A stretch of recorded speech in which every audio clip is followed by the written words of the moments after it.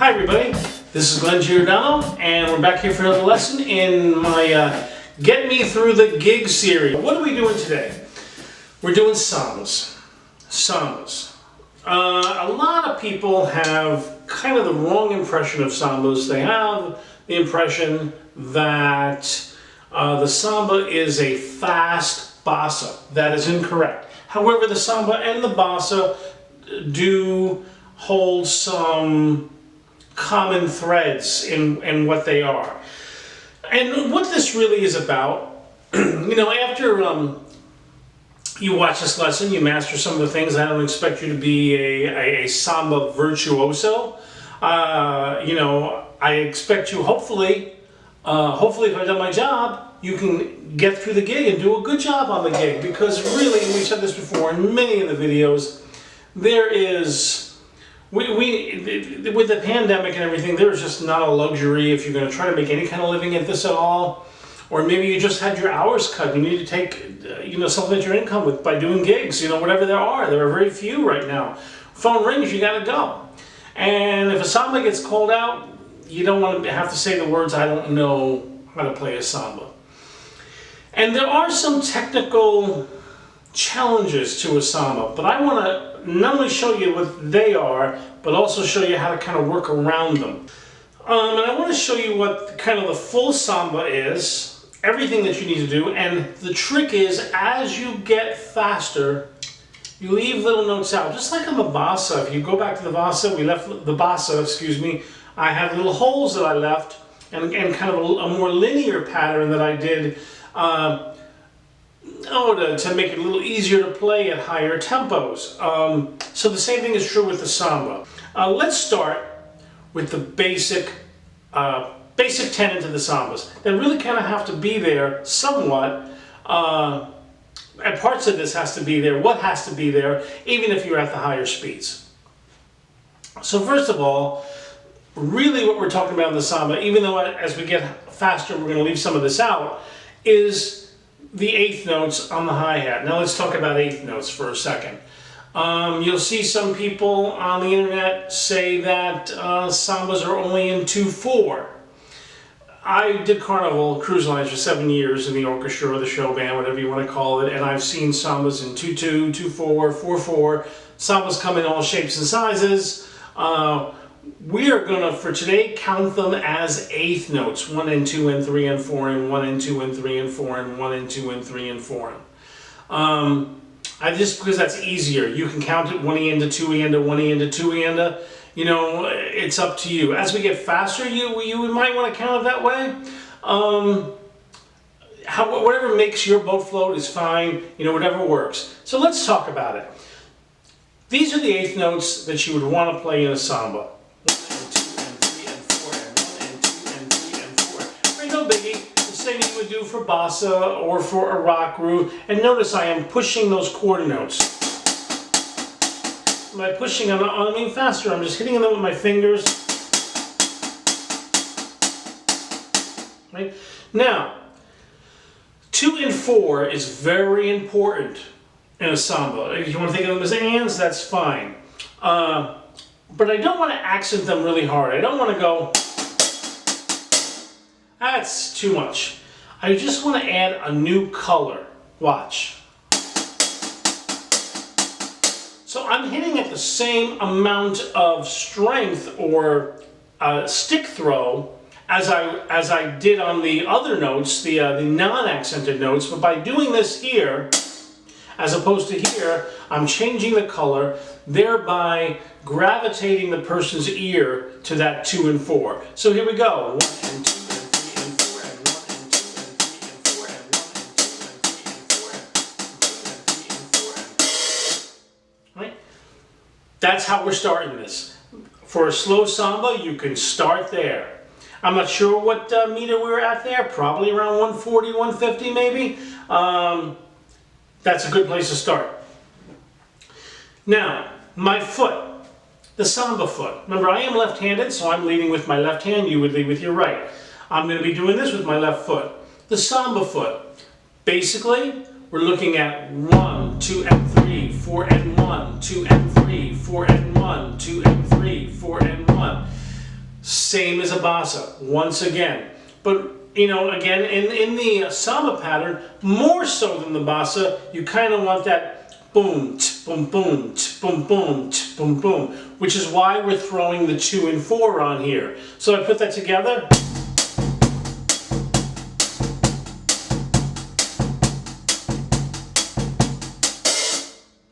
Now, if you do that pattern on a cymbal, and you know, as the song builds, it's a good thing to do is to go to the cymbal. I'm going to throw that hi-hat on the 2 and 4.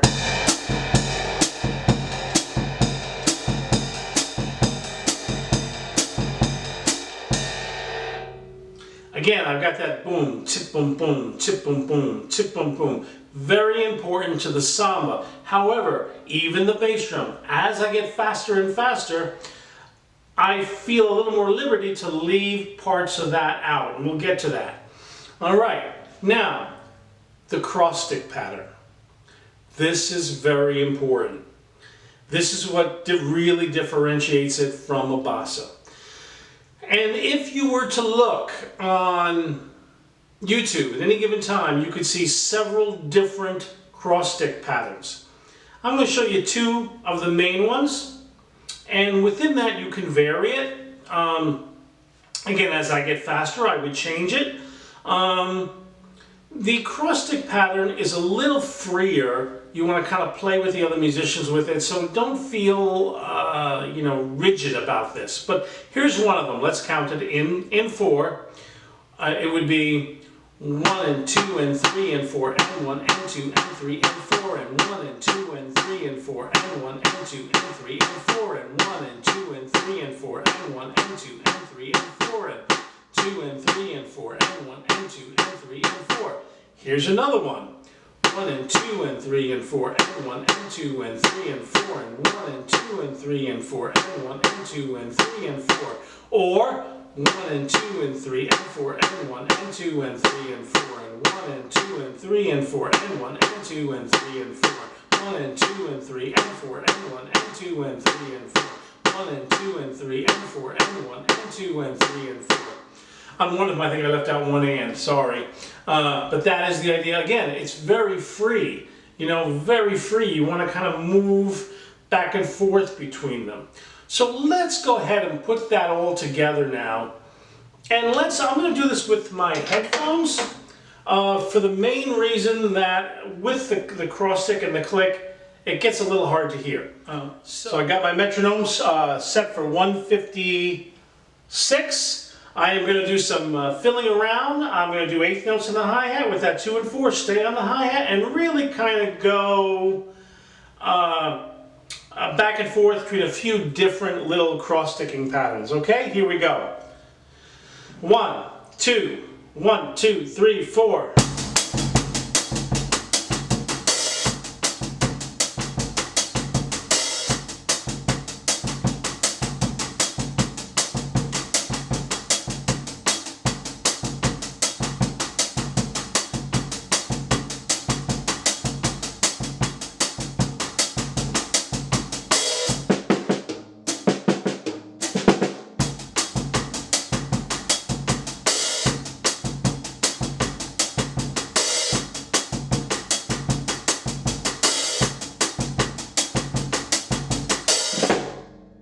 There you go.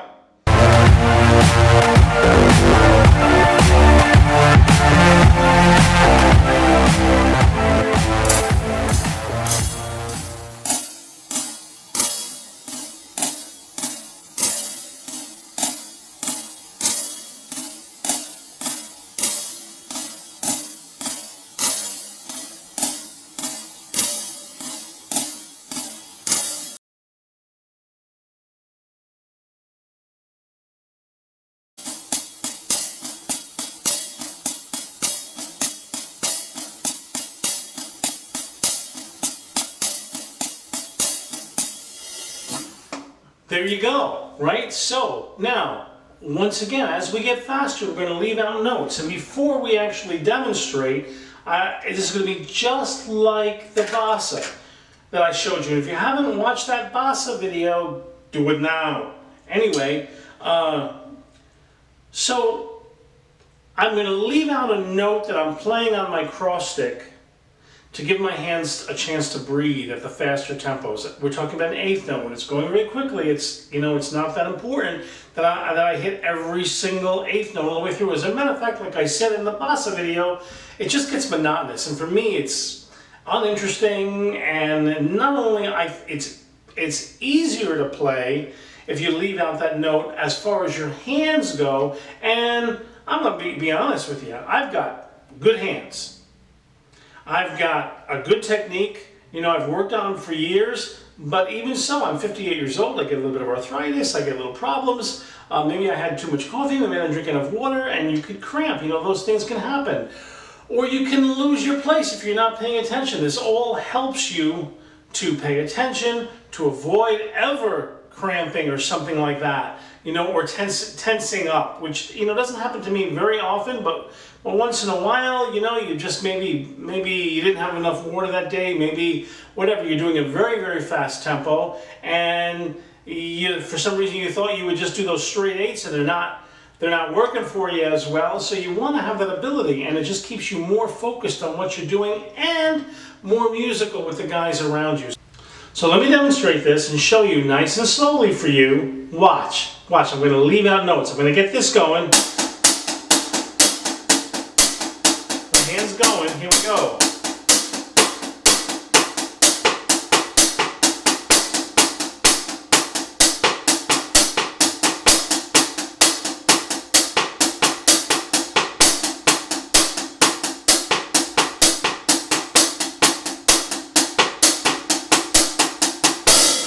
It's actually harder to do slow. Because you're slow, I would just keep those eighth notes going. It was more of a challenge for me to stay focused on what I was doing slow. Anyway, let's do it at tempo, and let me show you what I mean. And by tempo, so this will be a little under where I would normally take it to do that kind of thing, or have to do that kind of thing. Let's go at about,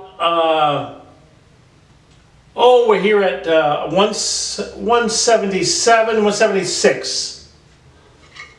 So here we go. I'm going to mess around with that, and I'm going to leave little holes. Another good trick that Gad and Weckel and all those guys do is you open up that hi-hat on 4, and again, the 4 covers that eighth note of the and gives you a second to calibrate your head. Here we go. 1, 2, 1, 2, 3, 4.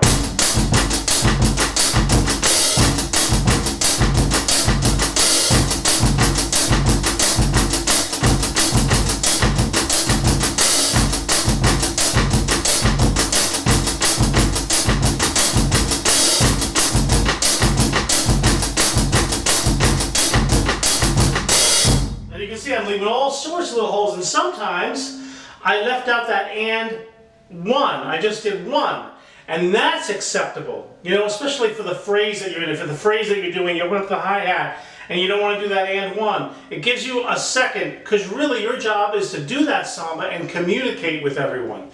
Now, let's go to the next phase, which would be the traditional samba that you've heard many times. But before I go, let's do that one time off the cymbal pattern. Same idea. And we'll fade on this one, and then I'll come back and show you the much more up-tempo ones. 1, 2, 1, 2, 3, 4.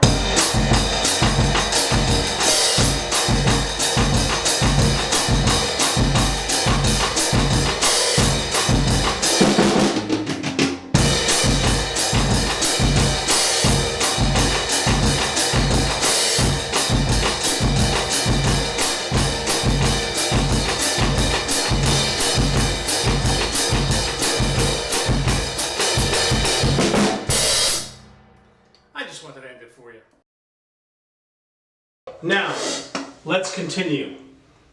That was at 176, and to be honest with you, that's still very moderate for a samba. Let's kick it up now. Let's kick it up to over 200. Now what am I going to do? This would be the traditional samba that you hear many jazz guys do. All right, we leave out that second eighth note.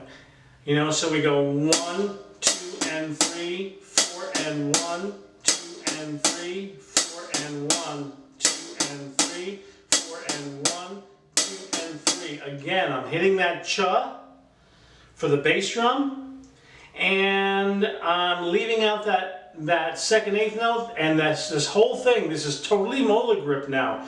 1, 2, and 3. 1, 2, and 3, 1, 2, and 3, 4, 1. And now because I'm leaving out that note, I can go pretty quick. And I'm going to integrate that cross stick pattern, some of those cross stick patterns. And then when you do it on the cymbal, it's the same thing. 1, 2, 3.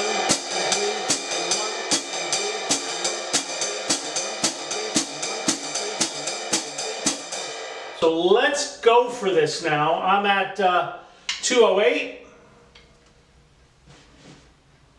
And watch this. Let's start with my hand and my feet, and then I'll add the cross stick pattern. 1, 2, 1, 2, 3, 4.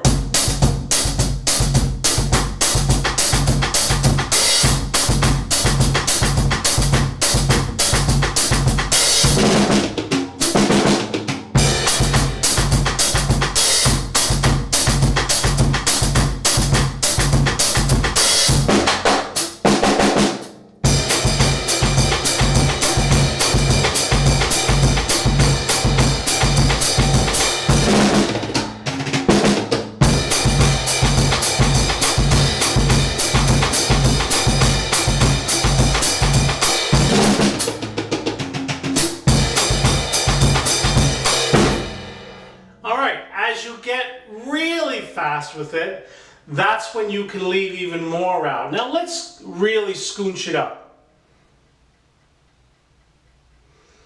All right, now I still want, you know, that kind of and going here, and I still want kind of a 16th note pattern somehow, you know. I can possibly do this for a while.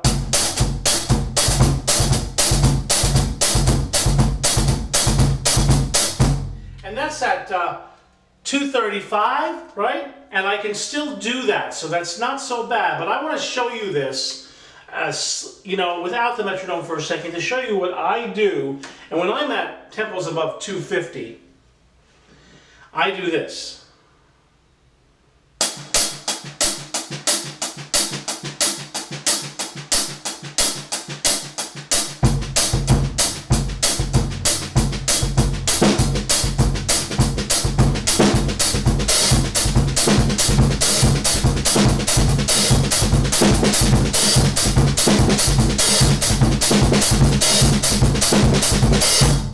Now I can go pretty quick. I still got a 16th note pattern cooking, and I dropped out one note consistently off the bass drum, right? I don't necessarily have to do that, but let me tell you, I've heard Beccaro do that, I hear Gadd do that, I hear Caliuta do that, right? And here it is.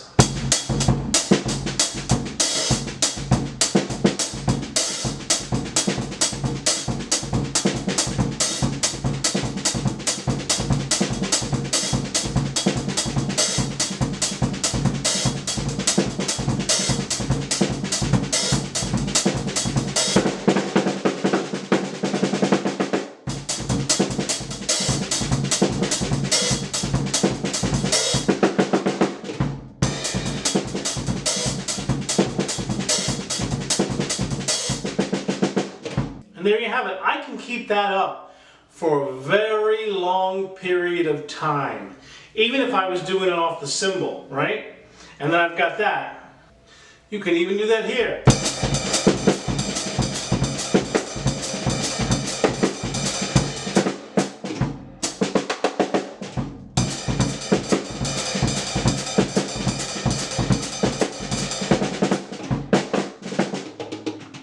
The final bit on this is when you really are in a frenzy, just a real frenzy, and I have done this on cruise ships with guys from Venezuela who really dug it.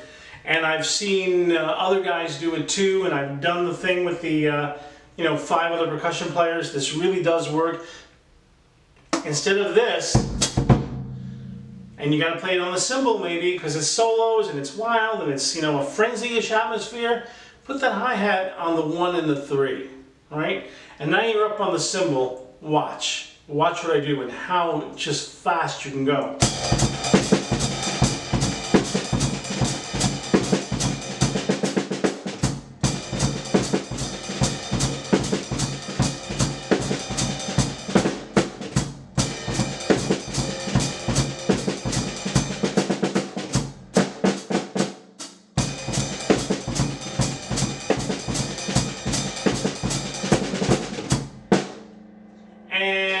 I have seen Gad do that. I have seen all sorts of ones do that now. Again, yeah, you can say, well, maybe I really should have the hi-hat going, but at those speeds, it's so not important, and it's better to get the band nice and tight with you. And to be honest, if I'm trying to go my brain's gonna get a little scrambled if I'm doing a frenzied thing. When I've got that downbeat pushing, everybody knows where I am. And if you have to, you can put the and on the bell, and you're good to go. And there you have it.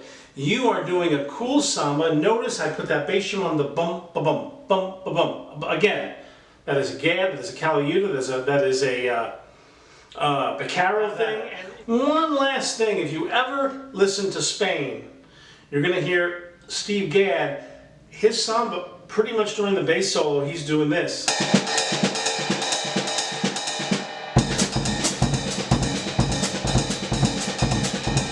That's pretty much where he is. And if you put the hi-hat on the downbeats,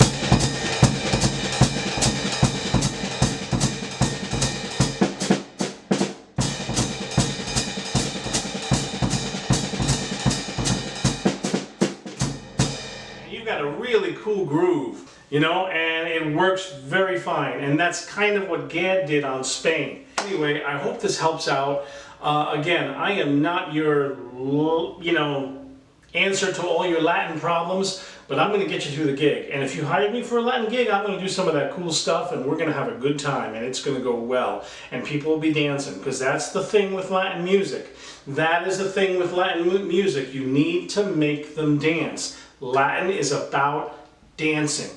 It is about dancing. I can't stress that enough. If you're feeling good, if you're doing that and it feels clumsy, don't do it. Put it on the downbeats. And a Venezuelan bass player named Gustavo Carucci told me, Gustavo always said, it's when you're doing those sambas and you really want to get the people to dance, put everything that you can on the downbeats. Put everything you can on the downbeats. There's always somebody in the band and the melody where those ands are present, and that's cool. And when you're doing, that was probably up around 280, 290, that's way too fast for even those ands to matter all that much. What's more important is that bum, dum, bum, dum, bum, dum, bum, dum. Anyway, I hope this helps you. I hope you get some samba gigs and you have fun with it. Become a better Latin player than I am, for sure. Anyway, let's get you through that gig. Live well.